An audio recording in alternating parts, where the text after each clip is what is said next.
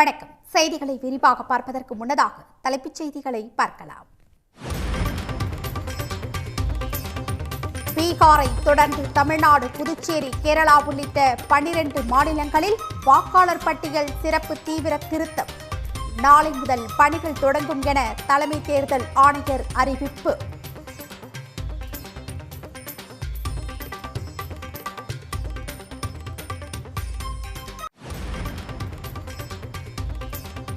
November 4ஆம் தேதி முதல் வீடு வீடாக சென்று வாக்காளர் பட்டியல் சரிபார்ப்பு. 1 மாதத்தில் பணிகள் முடிக்கப்பட்டு டிசம்பர் 9இல் வரைவு வாக்காளர் பட்டியல் வெளியிடப்படும்.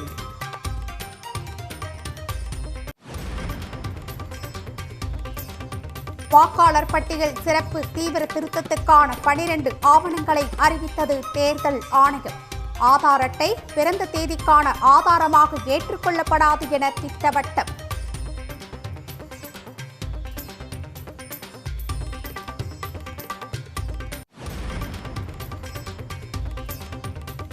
சென்னை அண்ணா அறிவாலயத்தில் திமுக கூட்டணி கட்சி தலைவர்கள் கூட்டம். வாக்காளர் பட்டியல் சிறப்பு தீவிர திருத்தம் குறித்து முதலமைச்சர் மு க ஸ்டாலின் முக்கிய ஆலோசனை.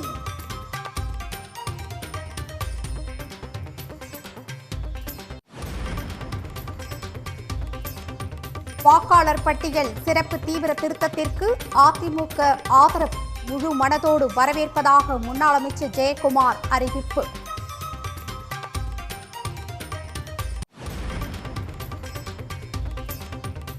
நாளை மறுநாள் அனைத்து கட்சி கூட்டத்தை கூட்டுகிறது தேர்தல் ஆணையம். நவம்பர் 2ஆம் தேதி திமுக கூட்டணி கட்சிகள் சார்பில் அனைத்து கட்சி கூட்டம்.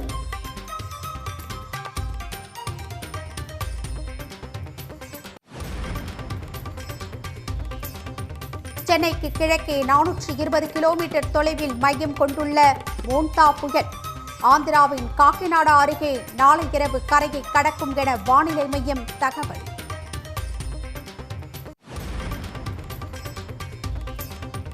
மோன்தா புயல் எதிரொலியாக சென்னை திருவள்ளூரில் விட்டுவிட்டு பெய்த மழை. நாளையும் திருவள்ளூரில் மிக கனமழை பெய்யும் என ஆரஞ்சு எச்சரிக்கை.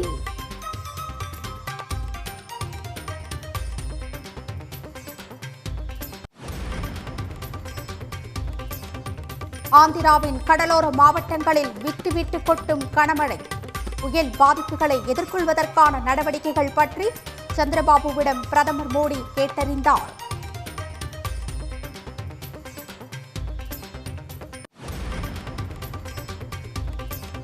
திருச்செந்தூரில் கோலாகலமாக நடைபெற்ற சூரசம்ஹார நிகழ்ச்சி. விண்ணை பிளந்த அரோகரா முழக்கத்திற்கு நடுவே சூரனை வதம் செய்தார் முருகப்பெருமான்.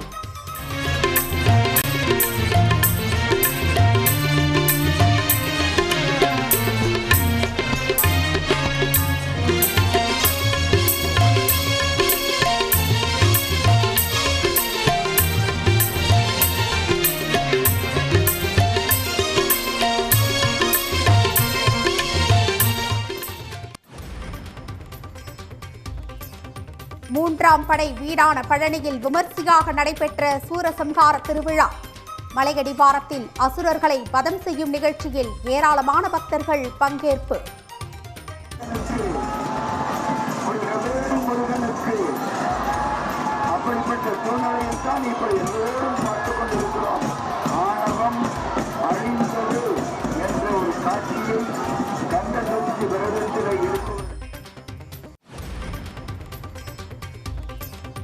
தங்கம் விலை சவரனுக்கு 400 ரூபாய் குறைந்தது. 1 சவரன் 91,600 ரூபாய்க்கு விற்பனை.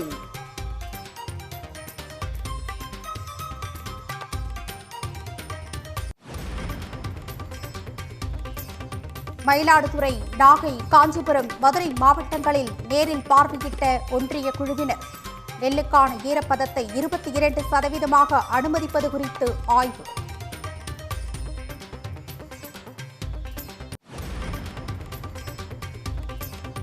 திருவாரூர் மாவட்டம் மன்னார்குடி, முத்துப்பேட்டை, வலங்கைமான் பகுதிகளில் நெல் கொள்முதல் தீவிரம். 11,500 மெட்ரிக் டன் நெல் மூட்டைகள் அரவைக்கு அனுப்பி வைப்பு.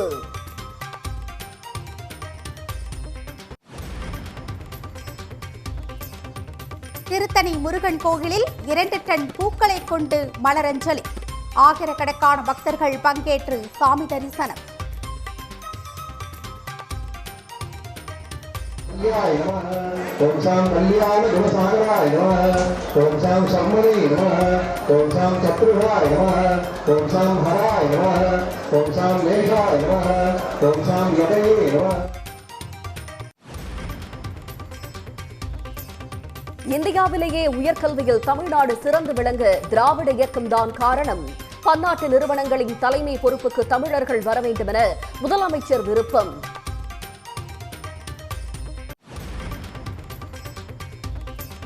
திருவள்ளூர் அருகே கொற்றளை ஆற்றில் வெள்ளப்பெருக்கு.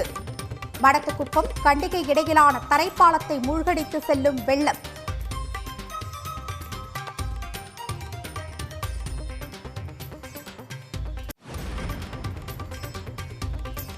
தொடர் மழையால் கடலூர் கெடிலம் ஆற்றில் கரை புரண்டோடும் வெள்ளம். இளஞ்சிவப்பு வண்ணத்தில் கடலில் கலக்கும் ரம்மியமான காட்சி.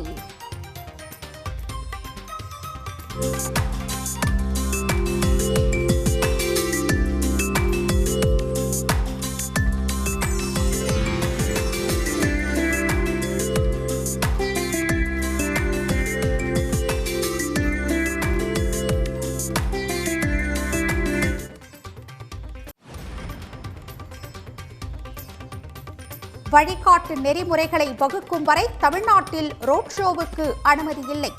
சென்னை உயர்நீதிமன்றத்தில் தாவிக வழக்கு விசாரணையின் போது தமிழ்நாடு அரசு தகவல்.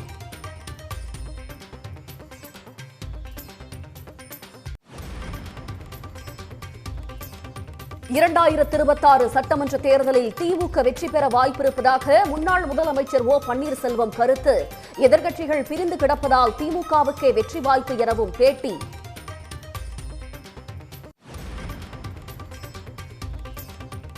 செங்கம் சுற்றுவட்டார பகுதிகளில் யூரியாபுரம் தட்டுப்பாடு. தனியார் கடைகளில் கூடுதல் விலைக்கு வாங்குவதாக விவசாயிகள் வேதனை.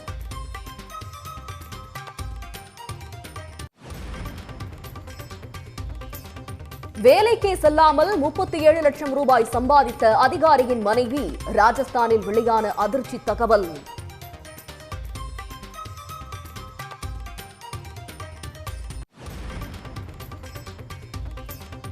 தெருநாய் விவகாரத்தில் அலட்சியம் காட்டுவதாகென நீதிபதிகள் கண்டனம். 26 மாநில தலைமை செயலாளர்கள் ஆஜராக உச்சநீதிமன்றம் உத்தரவு.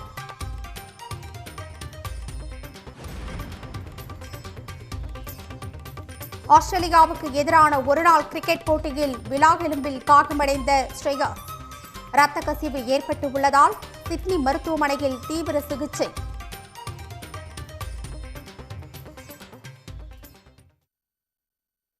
வாக்காளர் பட்டியல் சிறப்பு தீவிர திருத்தப் பணிகள் தமிழ்நாடு உட்பட 12 மாநிலங்களில் நவம்பர் 4ஆம் தேதி தொடங்கும் என்று தேர்தல் ஆணையம் அறிவித்துள்ளது. நாடு முழுவதும் சிறப்பு தீவிர திருத்தம் மேற்கொள்ளப்படும் என கடந்த ஜூன் 24ஆம் தேதி தேர்தல் ஆணையம் அறிவித்த பின்பு அடுத்த மாதம் சட்டமன்ற தேர்தல் நடைபெறவுள்ள பீகாரில் முதல் கட்டமாக நடைபெற்றது. இதையடுத்து வெளியிடப்பட்ட வரைவு வாக்காளர் பட்டியலில் சுமார் 65 லட்சம் வாக்காளர்கள் நீக்கப்பட்டதாக சர்ச்சை எழுந்தது. இதையடுத்து உரிய ஆவணங்களுடன் மீண்டும் விண்ணப்பிக்கவும் புதிய வாக்காளர்களை சேர்க்கவும் வாய்ப்பு வழங்கப்பட்டது.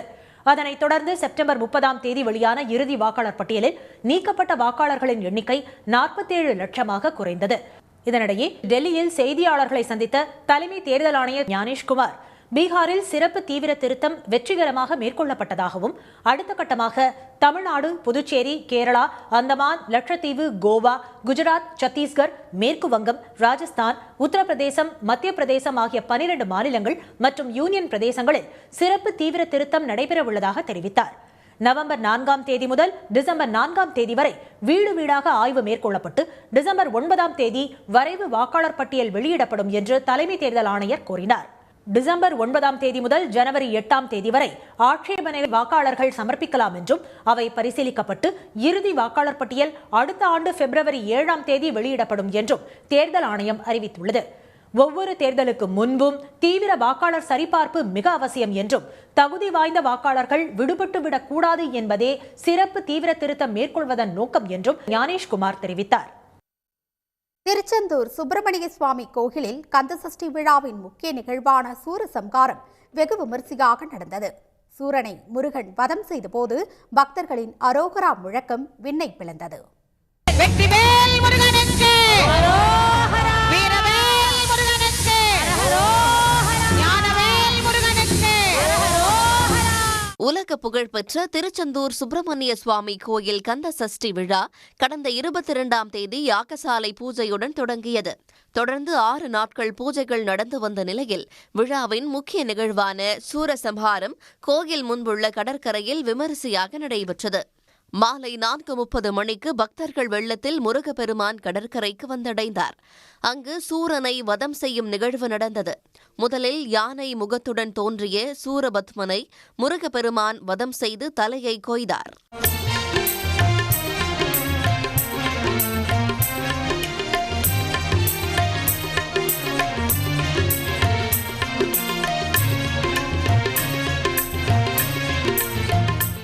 அதைத் தொடர்ந்து சிங்க முகத்துடனும் பின்னர் தன் முகத்துடனும் தோன்றிய சூரபத்மனை வதம் செய்து மயிலாகவும் சேவலாகவும் முருகப்பெருமான் ஆட்கொண்டார்.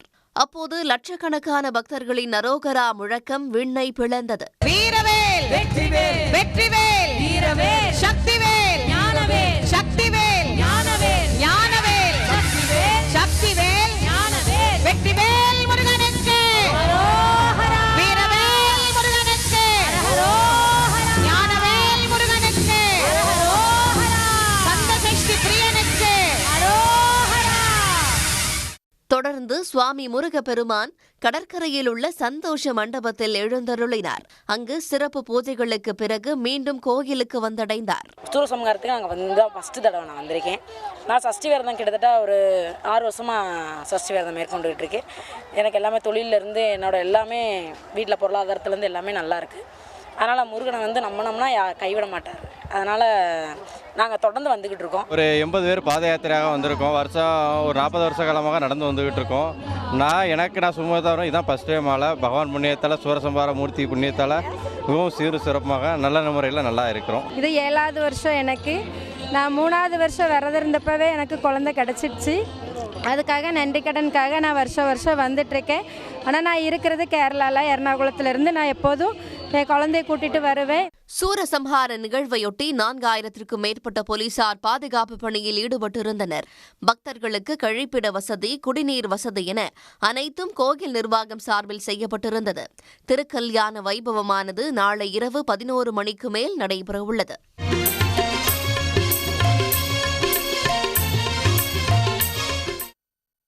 வங்கக்கடலில் சென்னைக்கு கிழக்கே 480 கிலோமீட்டர் தொலைவில் மையம் கொண்டிருக்கும் மோன்தா புயல் 110 கிலோமீட்டர் வேகத்தில் தீவிர புயலாக நாளை கரையை கடக்கும் என்று சென்னை வானிலை ஆய்வு மையம் தெரிவித்துள்ளது.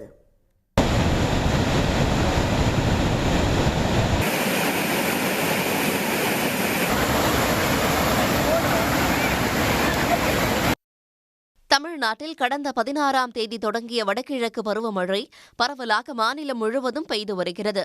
இந்நிலையில் தென்கிழக்கு வங்கக்கடலில் கடந்த 24ஆம் தேதி புதிய காற்றழுத்த தாழ்வு பகுதி உருவாகி ஞாயிற்றுக்கிழமை காலை ஆழ்ந்த காற்றழுத்த தாழ்வு மண்டலமாக மாறியது. இது மேற்கு வடமேற்கு திசையில் நகர்ந்து இரவில் புயலாக வலுப்பெற்றது. அதற்கு தாய்லாந்து நாடு பரிந்துரைத்த மோன்தா என்று பெயரிடப்பட்டுள்ளது. தற்போது தென்மேற்கு மற்றும் அதனை ஒட்டிய மத்திய மேற்கு வங்கக்கடல் பகுதிகளில் நிலை கொண்டுள்ள மோன்தா புயல் மணிக்கு 17 கிலோமீட்டர் வேகத்தில் ஆந்திராவை நோக்கி நகர்ந்து வருகிறது. செவ்வாய்க்கிழமை காலை தீவிர புயலாக வலுப்பெற்று அன்று மாலை அல்லது இரவு வாக்கில் ஆந்திராவின் காக்கிநாடாவை சுற்றியுள்ள பகுதிகளில் கரையை கடக்கலாம் என வானிலை ஆய்வு மையம் தெரிவித்துள்ளது.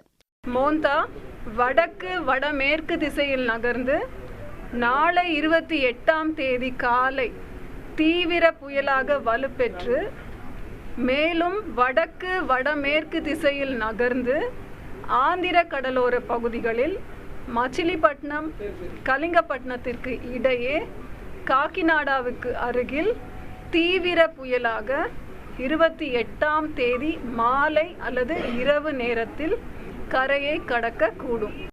மோன்தா புயல் கரையை கடக்கும்போது மணிக்கு 90 முதல் 100 கிலோமீட்டர் வேகத்திலும் இடையிடையே 110 கிலோமீட்டர் வேகத்திலும் காற்று வீசக்கூடும். புயல் காரணமாக வருகிற 2ஆம் தேதி வரை வட தமிழ்நாடு மற்றும் தமிழ்நாட்டின் ஒரு சில இடங்களிலும் புதுவை, காரைக்கால் உள்ளிட்ட பகுதிகளிலும் இடி மின்னலுடன் கூடிய மிதமான மழைக்கு வாய்ப்புள்ளது. திருவள்ளூரில் நாளை மிக கனமழைக்கான ஆரஞ்ச் அலர்ட் விடுக்கப்பட்டுள்ளது. சென்னை, செங்கல்பட்டு, காஞ்சிபுரம், ராணிப்பேட்டை, தென்காசி, திருநெல்வேலி மற்றும் கன்னியாகுமரி மாவட்டத்தின் ஓரிரு இடங்களில் பலத்த மழைக்கான மஞ்சள் எச்சரிக்கை விடுக்கப்பட்டுள்ளது. சென்னை, கடலூர், நாகப்பட்டினம், எண்ணூர், காட்டுப்பள்ளி, புதுச்சேரி, காரைக்கால், பாம்பன், தூத்துக்குடி ஆகிய 9 துறைமுகங்களில் 2ஆம் எண் புயல் எச்சரிக்கை கூண்டு ஏற்றப்பட்டுள்ளது. வரும் 31ஆம் தேதி வரை மீனவர்கள் கடலுக்கு செல்ல வேண்டாம் என அறிவுறுத்தப்பட்டுள்ளது. இந்தியாவிலேயே உயர்கல்வியில் தமிழ்நாடு சிறந்து விளங்க திராவிட இயக்கம்தான் காரணம் என முதலமைச்சர் மு.க.ஸ்டாலின் தெரிவித்துள்ளார். சென்னையில் பாரதிதாசன் மேலாண்மை கல்வி நிறுவனத்தின் 33வது பட்டமளிப்பு விழாவில் மாணவர்களுக்கு பட்டங்கள் வழங்கி பேசிய அவர், மேலாண்மை கல்வியில் படித்தவர்கள் உலக அளவில் பல தொழில் நிறுவனங்களில் முன்னணியில் உள்ளதாகவும் அந்த பட்டியலில் தமிழ்நாட்டு மாணவர்களும் இடம்பெற வேண்டுமென்றும் கேட்டுக்கொண்டார். இந்தியாவிலேயே உயர்கல்வியில் சிறந்த மாநிலமாக தமிழ்நாடு விளங்கி வருவதாக தெரிவித்த ஸ்டாலின், உயர்கல்வியில் தமிழ்நாடு சிறந்து விளங்க திராவிட இயக்கம்தான் காரணம் என்றும் இந்த அடித்தளத்தை அமைத்தவர் கலைஞர்தான் என்றும் கூறினார். அதன் தொடர்ச்சியாக திராவிட மாடல் அரசும் ஏழை எளிய மாணவர்களும் உயர்கல்வி பெற புதுமை பெண் திட்டம், தமிழ் புதல்வன் திட்டம், நான் முதல்வன் திட்டம், முதல்வரின் ஆய்வு திட்ட நிதி உதவி, மாதிரி பள்ளிகள், தகைசால் பள்ளிகள் என பல முன்னணி திட்டங்களை செயல்படுத்தி வருவதாக அவர் தெரிவித்தார். வாய்ப்பு வசதி இல்லாத வீட்டு பிள்ளைகளும் உலகின் முன்னணி உயர்கல்வி நிறுவனங்களில் சேரணும்னு மாடல் ஸ்கூல், தகைசால் பள்ளிகள்னு பல்வேறு முன்னணி திட்டங்களை செயல்படுத்திக்கிட்டு வரோம். உலகம் எந்த வேகத்தில் மாற்றமடையுதோ அந்த வேகத்துக்கு நாமும் ஈடு கொடுத்து ஓடணும். கொஞ்சம் அசந்தாலும் அவுடேட் ஆகிடும்னு சொல்லிடுவாங்க. வளர்ந்து வரும் உலக வளர்ச்சிக்கு ஏற்ப தமிழ்நாடும் பல திட்டங்களை செயல்படுத்தி வருவதாகவும் அதில் சிறிதளவு தொய்வு ஏற்பட்டாலும் நாம் காலாவதியாகி விடுவோம் என்றும் ஸ்டாலின் கூறினார். அறிவுடையார் ஆவது அறிவார் என்ற திருக்குறளை மேற்கோள் காட்டிய அவர், பல புத்தகங்களை படிப்பதை விட எல்லாவற்றுக்கும் பொருத்தமாக இருக்கும் மேலாண்மை பாடங்கள் திருக்குறளில் உள்ளதாக தெரிவித்தார். மாற்றத்துக்கான தலைவர்களாக தமிழ்நாட்டு மாணவர்கள் வர வேண்டும் என்ற ஸ்டாலின், நீங்கள் உயர வரும்போது உங்களுக்கும் கீழ் உள்ளவர்களையும் நீங்கள் கை கொடுத்து தூக்கிவிட வேண்டும், இதுதான் உண்மையான தலைமை பண்பு என்றார். எத்தனை மாற்றங்கள் வளர்ச்சிகள் வந்தாலும் சில பேசிக்ஸ் எப்பவுமே மாறாது. அதில் நீங்கள் ஸ்ட்ராங்காக இருக்கணும். இதுக்காக பெரிய பெரிய புத்தகத்தெல்லாம் படிக்கணும்னு இல்லை. எல்லாத்துக்கும் பொருந்துற அடிப்படையான மேனேஜ்மெண்ட் பாடங்களை நம்ம திருக்குறளே நிறைய இருக்குது. எடுத்துக்காட்டுக்கு சொல்லணும்னா, அடுத்து நடக்க போகிறத கவனிக்கிறவங்கள தான் எந்த துறையிலும் நிலைச்சி நிற்க முடியும். அதைத்தான் அறிவுடையார் ஆவது அறிவார்னு வள்ளுவர் சொல்றார். வாழ்க்கை அறிவு, மனிதநேயம், புதுமை, சமூக பணி ஆகியவற்றை பிரதிபலிக்கும் சிந்தனைகளை அனைவருக்கும் எடுத்து சொல்ல வேண்டும் என்று ஸ்டாலின் கேட்டுக்கொண்டார். இன்றைய நவீன உலகில் பல பன்னாட்டு நிறுவனங்களில் தலைமை நிர்வாக அதிகாரிகளாக தமிழக மாணவர்கள் வர வேண்டும் என்றும் பல புதிய நிறுவனங்களை உருவாக்க வேண்டும் என்பதுதான் தமது ஆசை என்றும் ஸ்டாலின் தெரிவித்தார். 2026 சட்டமன்ற தேர்தலில் திமுக வெற்றி பெற வாய்ப்பிருப்பதாக முன்னாள் முதலமைச்சர் ஓ பன்னீர்செல்வம் தெரிவித்துள்ளார். சிவகங்கையில் செய்தியாளர்கள் மத்தியில் பேசிய அவர், திமுக வெற்றி பெறுவதற்கான வாய்ப்புகள் என்ன என்பதை சுட்டிக்காட்டினார். திமுக முதல்வர் சொல்றாரு, எங்களுடைய இந்த பணிகளுக்காக மீண்டும் ஒரு முறை திமுக ஆட்சி அமைப்புங்கிறாரு. முதல்வர் ஸ்டாலின் சொல்றாரு, நீங்கள் மூத்த அரசியல் திமுக மீண்டும் ஆட்சி அமைக்கிறதுக்கு வாய்ப்பு இருக்காது. இன்றைக்கு சூழ்நிலைகள் எல்லா கட்சியும் பிரிஞ்சு கிடக்குது. அதிமுக பிரிஞ்சு கிடக்கு, பாட்டாளி மக்கள் சித்த சண்டை ஐயாவுக்கு, நம்ம அனுமதி சாருக்கு இப்படி இருக்கிற சொல்லும்போதுக்கு அவருக்கு தானே வாய்ப்பு இருக்குது. கண் கூட தானே தெரியுது திமுகவுக்கு வாய்ப்பு இருக்கு. திமுகவுக்கு ஏன் வாய்ப்பு இருக்குன்னு சொல்லணும். நீங்கள் எல்லா எதிர்கட்சிகளும் பிரிஞ்சு கிடக்குது. பிரிஞ்சு இருக்கும்போது அவருக்கு வாய்ப்பு இருக்குன்னு பொதுமக்கள் பேசிக்கிறாங்க. நான் பேசல சாமி, என் மேலே பழியப்படாதீங்க. தமிழ்நாட்டில் வடகிழக்கு பருவமழை தீவிரமடைந்து வரும் நிலையில் நெல் கொள்முதலுக்கான ஈரப்பத அளவை 22% உயர்த்தி வழங்க வேண்டும் என விவசாயிகள் கோரிக்கை விடுத்தனர். இது தொடர்பாக தமிழ்நாடு அரசின் பரிந்துரையை ஏற்று ஒன்றிய அரசு 3 ஆய்வுக்குழுக்களை அனுப்பி வைத்துள்ளது. அதன்படி செங்கல்பட்டு, திருவள்ளூர், தஞ்சாவூர் மாவட்டங்களில் உள்ள நெல் கொள்முதல் நிலையங்களில் 2 நாட்களாக ஆய்வு மேற்கொண்ட ஒன்றிய குழுவினர் இன்று காஞ்சிபுரம் மாவட்டத்தில் ஆய்வு மேற்கொண்டனர். அதிக ஈரப்பதம் காரணமாக கொள்முதல் செய்யாமல் உள்ள நெல்மணிகளை பார்வையிட்டு ஆய்வுக்காக மாதிரிகளை எடுத்துச் சென்றனர். அதேபோல் மயிலாடுதுறை மாவட்டத்தில் ஒன்றிய குழுவினர் ஆய்வு நடத்தினர். சீர்காழி வட்டம் பழையபாளையம் கிராமத்தில் இயங்கி வரும் அரசின் நேரடி நெல் கொள்முதல் நிலையத்தில் இந்திய தானிய சேமிப்பு மேலாண்மை மற்றும் ஆராய்ச்சி நிறுவனத்தின் துணை இயக்குநர் PK சிங் தலைமையிலான ஒன்றிய குழுவினர் நேரில் ஆய்வு செய்தனர். நெல்லின் ஈரப்பதம் குறித்த விவரங்களை கேட்டறிந்த அவர்கள் பின்னர் ஆய்வுக்காக நெல் மணிகளை எடுத்துச் சென்றனர். அப்போது நெல்லின் ஈரப்பத அளவை 22% அதிகரிப்பதோடு நெல் கொள்முதல் காலத்தை நீட்டிக்க வேண்டும் என ஒன்றிய குழுவிடம் வலியுறுத்தியுள்ளதாக விவசாயிகள் கூறினர். 10/10 அறுப்பறுத்தோம். இத்தனை நாளாக டிபிசியில் கொண்டாந்து வச்சுட்டு போராடிட்டு இருக்கோம். இது வரையும் கிடைக்கல எங்களுக்கு. இன்னைக்கு தான் வந்து மத்திய அரசு குழு மாநில அரசு குழுலாம் வந்து பார்த்துட்டு இன்னைக்கு எடுக்க சொல்லியிருக்காங்க. அதே போல் நாங்கள் 24 கேட்டிருக்கோம் ஈரப்பதம். அவங்க 17 சொல்லியிருக்காங்க, இது பண்ணியிருக்காங்க. நாங்கள் 24 வரலையும் கேட்டிருக்கோம். இதை வந்து அவங்களுக்கு நாங்கள் பரிசீலனை பண்ணி கொடுக்குறோம் அப்படின்னு சொல்லிட்டு நெல் வந்து ஆய்வுக்கு எடுத்துகிட்டு போயிருக்காங்க. தொடர்ந்து நெல் ஈரப்பதம் குறித்து குத்தாலம் வட்டம் கந்தமங்கலம், மயிலாடுதுறை வட்டம் காளி, தரங்கம்பாடி வட்டம் ஆக்கூர் ஆகிய பகுதிகளில் உள்ள நேரடி நெல் கொள்முதல் நிலையங்களிலும் ஒன்றிய குழுவினர் ஆய்வு மேற்கொண்டனர். இதேபோல் நாகை மாவட்டம் திருக்குவளை, கீழ்வேளூர், வேதாரண்யம் உள்ளிட்ட இடங்களிலும், மதுரை மாவட்டம் வாடிப்பட்டி பகுதியில் உள்ள கொள்முதல் நிலையங்களில் நெல்லின் ஈரப்பதம் குறித்து ஒன்றிய குழுவினர் ஆய்வு மேற்கொண்டனர். அப்போது அவர்களிடம் உடனடியாக அறிக்கையை ஒன்றிய அரசிடம் சமர்ப்பித்து உரிய அறிவிப்பு வெளியிட வேண்டும் என்று விவசாயிகள் கோரிக்கை விடுத்தனர். வடகிழக்கு பருவமழையை எதிர்கொள்ள தேவையான அனைத்து முன்னெச்சரிக்கை நடவடிக்கைகளையும் மேற்கொள்ள வேண்டும் என்று துணை முதலமைச்சர் உதயநிதி ஸ்டாலின் தெரிவித்திருக்கிறார். சென்னை வியாசர்பாடியில் நடைபெற்று வரும் கால்வாய்கள் மற்றும் குளங்கள் தூர்வாரும் பணிகளை உதயநிதி நேரில் பார்வையிட்டு ஆய்வு செய்தார்.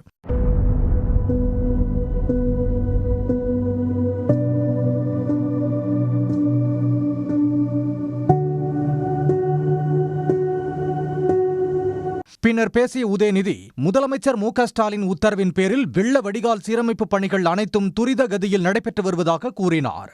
வடசென்னையில் 18 வாய்க்கால்கள், 13 குளங்கள் தூர்வாரப்பட்டுள்ளதாகவும் சுமார் 3.5 லட்சம் டன் கழிவுகள் அகற்றப்பட்டுள்ளதாகவும் உதயநிதி தெரிவித்தார். சோஷியல் மீடியாக்களில், சமூக வலைதளங்களில் பப்ளிக் அவங்க பொதுமக்கள் வைக்கின்ற அந்த புகார்கள், கோரிக்கைகள் எல்லாம் உடனடியாக கவனிக்க சொல்லி முதலமைச்சர் வந்து உத்தரவிட்டிருக்கிறாருங்க. அந்த வகையில் இன்றைக்கி வியாசர்பாடி அம்பேத்கர் கல்லூரி குளம், கேப்டன் காட்டன் கால்வாய், கொடுங்கையூர் கால்வாய் ஆகியவற்றை ஆய்வு செய்வதற்காக நாங்கள் எல்லாம் வந்திருக்கிறோம். எல்லா பணிகளும் துரிதமாக நடந்துகிட்டு இருக்கு. அடுத்த 10 நாட்களுக்கு பெரிய மழை இருக்காது அப்படிங்கிறத வானிலை ஆய்வு மையம் தெரிவிச்சிருக்கிறாங்க. எந்த அளவுக்கு மழை அதிகமாக பெஞ்சாலும் அதையெல்லாம் சமாளிக்கக்கூடிய அளவில் நம்முடைய அரசு செயல்பட்டு இருக்கு. பின்னர் கால்வாய் ஓரங்களில் செடி கொடிகள், முற்கள் அகற்றப்படாதது குறித்து முதலமைச்சர், துணை முதல்வர் ட்விட்டர் பக்கத்தில் பதிவிட்டிருந்த கொடுங்கையூர் பகுதி இளைஞர் ஜெய் கணேஷ் என்பவரை அழைத்த உதயநிதி அவரிடம் விவரங்களை கேட்டறிந்தார். சாதாரண குடிமகனின் பதிவை பார்த்து கால்வாயை ஆய்வு செய்த துணை முதலமைச்சருக்கு ஜெய் கணேஷ் நன்றி தெரிவித்தார். ஒரு நம்பிக்கையோட ட்வீட் போட்டேன். அதில் சிஎம்ஐயும் டிப்யூட்டி சிஎம்ஐயும் டேக் பண்ணி அடையாறுலாம் பார்க்குறீங்க, வடச்சென்னையும் வந்து பார்த்துன்னா கொஞ்சம் நல்லா இருக்குன்ற மாதிரி சொன்னோம். உடனடியாக இன்னைக்கு டிப்யூட்டி சிஎம் வந்து ஆய்வுக்கு வந்து அதெல்லாம் சரி பண்ணி கொடுக்கறதா வந்து சொல்லியிருந்தாங்க. சரி நம்மளும் போய் பார்க்கலாம்னு சொல்லிட்டு சார்கிட்ட அந்த போட்டோஸ்லாம் காட்டினேன். சார் அப்போ என்ன சொன்னாரு, ஜெய்கணேஷ் உங்களோட ட்வீட் பார்த்து தான் வந்து இந்த இடத்துக்கு வந்திருக்கேன். இதெல்லாம் வந்து நீங்க சொன்ன மென்ஷன் பண்ண பிளேஸ் எல்லாம் நோட் பண்ணி இன்னைக்கு விசிட் பண்ணிருக்கேன். இது எல்லாமே சரி பண்ணி தரேன்னு சொல்லியிருக்காங்க. இந்த ஒரு சிட்டிசனோட ட்வீட்டுக்கு நம்பிக்கையோட வந்து ரெஸ்பான்ஸ் பண்ணி விசிட் பண்ண டிப்யூட்டி சிஎம்க்கு நன்றி. சமூக வலைதளங்களில் பொதுமக்கள் வைக்கும் புகார்கள், கோரிக்கைகள் மீது உடனடியாக நடவடிக்கை எடுக்க முதலமைச்சர் MK ஸ்டாலின் உத்தரவிட்டுள்ளதாகவும் உதயநிதி தெரிவித்தார். மழை எந்த அளவுக்கு தீவிரமாக பெய்தாலும் அதனை சமாளிக்கும் அளவுக்கு அரசு செயல்பட்டு வருவதாகவும் துணை முதல்வர் கூறினார். இனி முக்கிய நிகழ்வுகளை விறுவிறு செய்திகளாக பார்க்கலாம். சென்னையில் ஆபரண தங்கம் விலை இன்று சவரனுக்கு 400 ரூபாய் குறைந்துள்ளது. கடந்த வார இறுதி வர்த்தக நாளில் 22 கேரட் ஆபரண தங்கம் சவரன் 92,000 ரூபாய்க்கும் கிராம் 11,500 ரூபாய்க்கும் விற்பனை செய்யப்பட்டது. இன்று சவரனுக்கு 400 ரூபாய் குறைந்த நிலையில் சவரன் விலை 91,600 ரூபாயாக சற்று குறைந்துள்ளது. 1 கிராம் ஆபரண தங்கத்தின் இன்றைய விலை 11,450 ரூபாய். வெள்ளி விலை மாற்றம் செய்யப்படாமல் கிராம் 170 ரூபாய்க்கு வர்த்தகமாகிறது. கடலூர் மாவட்டத்தில் உள்ள பரவனாறு மற்றும் கெடிலமாற்றில் பாய்ந்தோடும் தண்ணீர் வங்கக்கடலில் கலந்து வருகிறது. கெடிலமாறு பன்ருட்டி திருவந்திபுரம் வழியாக சென்று கடலூர் துறைமுகம் அருகே கடலில் கலக்கின்றது. பன்ருட்டி வழியாக செம்மண் பூமியை கடந்து வருவதால் கெடிலமாற்று நீர் சிகப்பு நிறமாக மாறிவிடும். அதேபோன்று பரவனாறு நெய்வேலியில் இருந்து NLC சுரங்க நீருடன் சென்று கடலில் கலக்கின்றது. இரு ஆறுகளின் தண்ணீரும் சிவப்பு, இளஞ்சிவப்பு நிறங்களில் கடலில் கலக்கும் காட்சி கழுகு பார்வையில் பதிவு செய்யப்பட்டுள்ளது.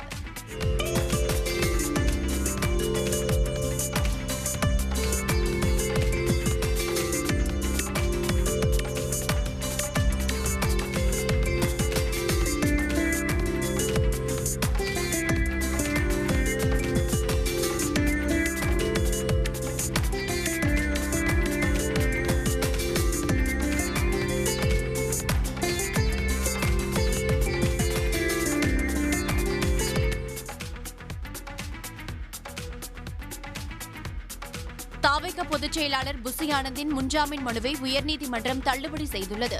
தாவேக தலைவர் விஜய் கடந்த மாதம் கரூரில் பிரச்சாரம் மேற்கொண்ட போது ஏற்பட்ட கூட்ட நெரிசலில் சிக்கி 41 பேர் உயிரிழந்தனர். இதையடுத்து புசி ஆனந்த் உள்ளிட்ட தாவேக நிர்வாகிகள் 4 பேர் மீது வழக்கு பதிவு செய்யப்பட்ட நிலையில் கைது செய்யப்பட்ட இருவரும் ஜாமீனில் வெளியே வந்தனர்.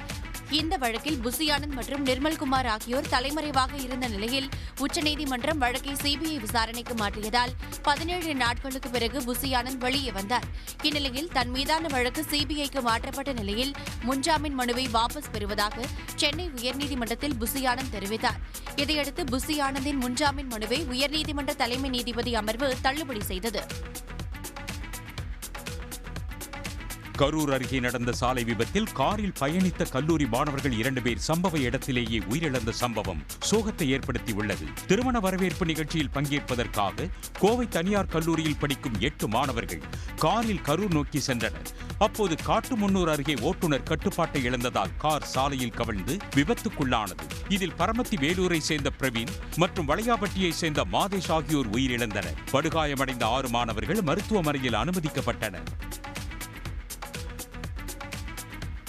காட்டுமன்னார் கோயில் அருகே உள்ள கீழணைக்கான நீர்வரத்து அதிகரிப்பால் கொள்ளிடம் ஆற்றில் 4வது நாளாக உபரி நீர் வெளியேற்றப்படுகிறது. கீழணைக்கான நீர்வரத்து 63,175 கன அடியாக உள்ள நிலையில் பாதுகாப்பு கருதி அணைக்கு வரும் உபரி நீர் முழுவதுமாக கொள்ளிடம் ஆற்றில் திறக்கப்பட்டுள்ளது.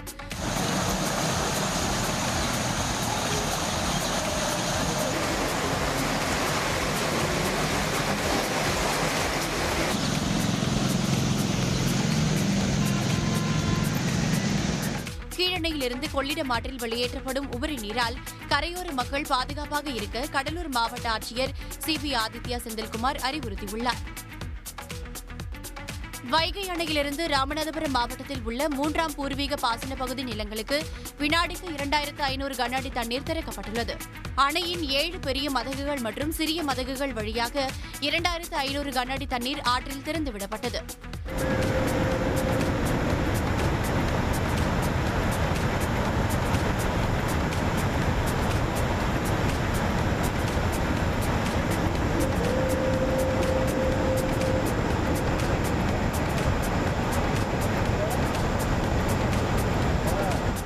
வைகை அணையில் தண்ணீர் திறக்கப்பட்டுள்ளதால் தேனி, மதுரை, திண்டுக்கல், சிவகங்கை, ராமநாதபுரம் ஆகிய 5 மாவட்ட வைகை ஆற்றங்கரையோர மக்களுக்கு வெள்ள அபாய எச்சரிக்கை விடுக்கப்பட்டுள்ளது.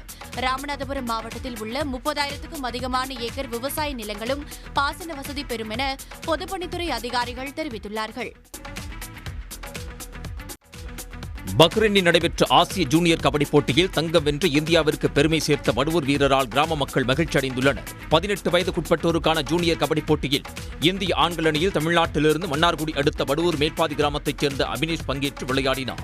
இறுதிப் போட்டியில் ஈரானை வீழ்த்து இந்தியா தங்கம் வென்ற நிலையில் அபினேஷின் கடின உழைப்பு பெருமகிழ்ச்சி அளிப்பதாக அவரது ஊர் மக்கள் கூறியுள்ளனர்.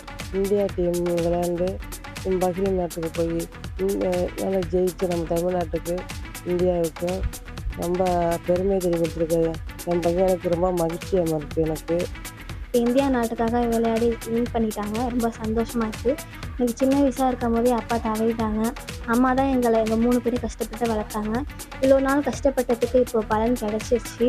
மேலும் அவனோட உழைப்பும் இதுக்கு நிறைய காரணம். நிறைய உழைப்பான். உழைப்புக்கு இது ஒரு வெற்றியாக நாங்கள் கருதுகிறோம். மேலும் இதை தொடர்ந்து நிறைய சீனியர் மேட்ச்சு ப்ரோ கபடியில் வந்து அபினேஷ் பங்கெடுத்து இந்த ஊருக்கும் இந்த நாட்டுக்கும் பெருமை சேர்க்கணும்னு. விக்கிரவாண்டி தேர்தலில் திமுக எம்எல்ஏ அன்னியூர் சிவா வெற்றி பெற்றதை எதிர்த்து தொடரப்பட்ட மேல்முறையீட்டு மனுவை உச்சநீதிமன்றம் தள்ளுபடி செய்துள்ளது. விக்கிரவாண்டி தொகுதிக்கு கடந்த ஆண்டு ஜூலை மாதம் இடைத்தேர்தல் நடைபெற்றது. அதில் திமுக சார்பில் போட்டியிட்ட அன்னியூர் சிவா 67,757 வாக்குகள் வித்தியாசத்தில் வெற்றி பெற்றார். இவரது வெற்றி செல்லாது என்று அறிவிக்க கோரி தேசிய மக்கள் சக்தி கட்சியின் ராஜமாணிக்கம் என்பவர் உயர்நீதிமன்றத்தில் மனு தாக்கல் செய்திருந்தார். இந்த மனுவை உயர்நீதிமன்றம் தள்ளுபடி செய்த நிலையில் அவர் உச்சநீதிமன்றத்தில் மேல்முறையீடு செய்தார். இந்த வழக்கு உச்சநீதிமன்றத்தில் நீதிபதி விக்ரம்நாத் தலைமையிலான அமர்வில் விசாரணைக்கு வந்தபோது ராஜமாணிக்கத்தின் மனுவை தள்ளுபடி செய்து உத்தரவிட்டனர். பீகார் சட்டமன்ற தேர்தலில் தேசிய ஜனநாயக கூட்டணி வேட்பாளர்களுக்கு எதிராக களமிறங்கிய எம்எல்ஏ, முன்னாள் அமைச்சர்கள் உள்ளிட்ட 16 பேர் ஐக்கிய ஜனதா தளத்தில் இருந்து நீக்கப்படுவதாக அந்த கட்சி அறிவித்துள்ளது. 2 கட்டங்களாக நடைபெறும் பீகார் சட்டமன்ற தேர்தலில் கட்சி நிர்வாகிகளுக்கு தேர்தலில் போட்டியிட வாய்ப்பு வழங்கியது தொடர்பாக நிதிஷ்குமாரின் ஐக்கிய ஜனதா தளம் கட்சியில் கடும் அதிருப்தி நிலவுகிறது. குறிப்பாக ஐக்கிய ஜனதா தள எம்எல்ஏ கோபால் மண்டல், முன்னாள் அமைச்சர்கள் ஹிம்ராஜ் சிங், சைலேஷ்குமார் உள்ளிட்டோர் ஐக்கிய ஜனதா தளம் மற்றும் தேசிய ஜனநாயக கூட்டணி வேட்பாளர்களுக்கு எதிராக சுயேட்சையாக வேட்புமனு தாக்கல் செய்துள்ளனர். இதையடுத்து எம்எல்ஏ கோபால் மண்டல், முன்னாள் அமைச்சர்கள் ஹிம்ராஜ் சிங், சைலேஷ்குமார் உள்ளிட்ட 16 பேர் கட்சியின் அடிப்படை உறுப்பினர் பொறுப்பிலிருந்து நீக்கப்படுவதாக ஐக்கிய ஜனதா தளம் கட்சி அறிவித்துள்ளது. கேரள மாநிலம் திருச்சூர் விலங்குகள் அருங்காட்சியகத்தில் வைக்கப்பட்டுள்ள தமிழகத்தை சேர்ந்த கோயில் யானையின் எலும்புக்கூடு பார்வையாளர்களை வியப்பில் ஆழ்த்தியுள்ளது. திருச்சி ஸ்ரீரங்கம் கோயில் யானையாக இருந்த ரங்கநாதன் என்ற யானை அதிக உயரம் காரணமாக 1905ஆம் ஆண்டு கேரளாவை சேர்ந்த பரமேஸ்வரன் என்பவர் விலைக்கு வாங்கி திருச்சூர் கொண்டு சென்றார்.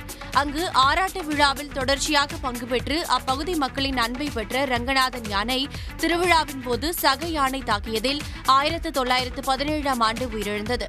அந்த யானையின் எலும்புக்கூட்டை ஒருங்கிணைத்து அருங்காட்சியகத்தில் வைத்துள்ளனர். ஸ்ரீரங்கத்திலிருந்து ஒரு யானை வந்துச்சு. அது வந்து 100 இயர்ஸ் ஓல்டான யானை தான். அதோட ஸ்கெலிட்டனும் இங்கே வச்சுருந்தாங்க. இது வந்து நம்ம வந்து புக்கில் படிக்கிறத விட இது வந்து இங்கே வந்து நேரில் பார்த்தோன்னா எல்லாருக்கும் நல்லா யூஸ்ஃபுல்லாக இருந்துச்சு. திருச்சூர் அருங்காட்சியகத்தில் சிறப்பு அம்சமாக காட்சியளிக்கும் ரங்கநாதன் யானையின் எலும்புக்கூடு 100 ஆண்டுகள் கடந்தாலும் அதன் கம்பீர தோற்றம் இன்றைக்கும் சுற்றுலா பயணிகளை ஆச்சரியத்தில் ஆழ்த்துகிறது. உச்சநீதிமன்றத்தின் புதிய தலைமை நீதிபதியாக மூத்த நீதிபதி சூரியகாந்தை நியமிக்க தற்போதைய தலைமை நீதிபதி BR கவாய் ஒன்றிய அரசுக்கு பரிந்துரைத்துள்ளார்.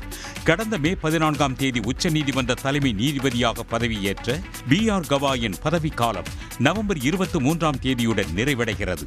இந்த நிலையில் புதிய தலைமை நீதிபதியை தேர்ந்தெடுப்பதற்கான பணிகள் தொடங்கியுள்ளன. தலைமை நீதிபதி பதவிக்கு உச்சநீதிமன்றத்தின் மூத்த நீதிபதி சூரியகாந்தை பரிந்துரைத்து ஒன்றிய அரசுக்கு BR கவாய் கடிதம் எழுதியுள்ளார். நவம்பர் 24ஆம் தேதி முதல் புதிய தலைமை நீதிபதியாக சூரியகாந்தை நியமிப்பதற்கான அறிவிப்பாணையை ஒன்றிய அரசு வெளியிடும் என எதிர்பார்க்கப்படுகிறது. புதிய தலைமை நீதிபதியாக சூரியகாந்த் மிஸ்ரா பதவியேற்கும் பட்சத்தில் 2027ஆம் ஆண்டு நவம்பர் 9ஆம் தேதி ஓய்வு பெறும் வரை பதவியில் தொடர்வார். ஹரியானாவைச் சேர்ந்த சூரியகாந்த் 38 வயதில் அட்வொகேட் ஜெனரலாகவும் 42 வயதில் பஞ்சாப் மற்றும் ஹரியானா உயர்நீதிமன்ற நீதிபதியாகவும் நியமிக்கப்பட்டார். 2018ஆம் ஆண்டு பஞ்சாப் மற்றும் ஹரியானா உயர்நீதிமன்ற தலைமை நீதிபதியாகவும் அதே ஆண்டில் உச்சநீதிமன்ற நீதிபதியாகவும் நியமிக்கப்பட்டார். உத்தரப்பிரதேச மாநிலம் மதுராவில் 35வது ஆண்டு பிரஜ்ராஜ் உத்சவ் மற்றும் கைவினைப் பொருட்கள் கண்காட்சி வழக்கமான உற்சாகத்துடன் தொடங்கியது. கிருஷ்ணனின் தீவிர பக்தியான மீராபாயின் 527வது பிறந்த நாளை ஒட்டி நடைபெறும் பிரஜ்ராஜ் உத்சவ் நிகழ்ச்சியில் நாட்டுப்புற கலைஞர்கள் ஏராளமானோர் கலந்து கொண்டு தங்களின் பாரம்பரிய இசை மற்றும் நடனத்தால் பார்வையாளர்களை கவர்ந்தனர்.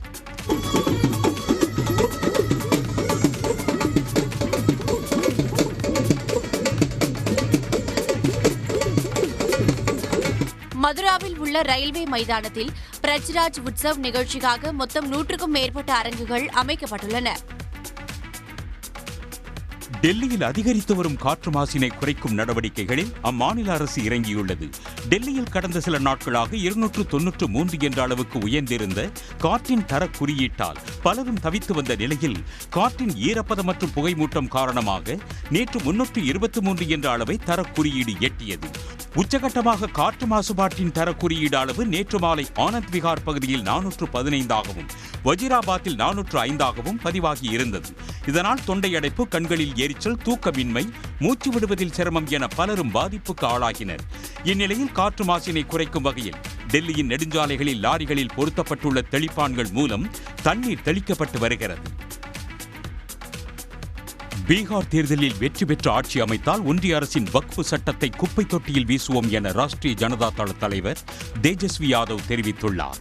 சட்டமன்ற தேர்தலுக்கான பரப்புரையை சீமாஞ்சல் பகுதியில் இருந்து தேஜஸ்வி யாதவ் தொடங்கியுள்ளார்.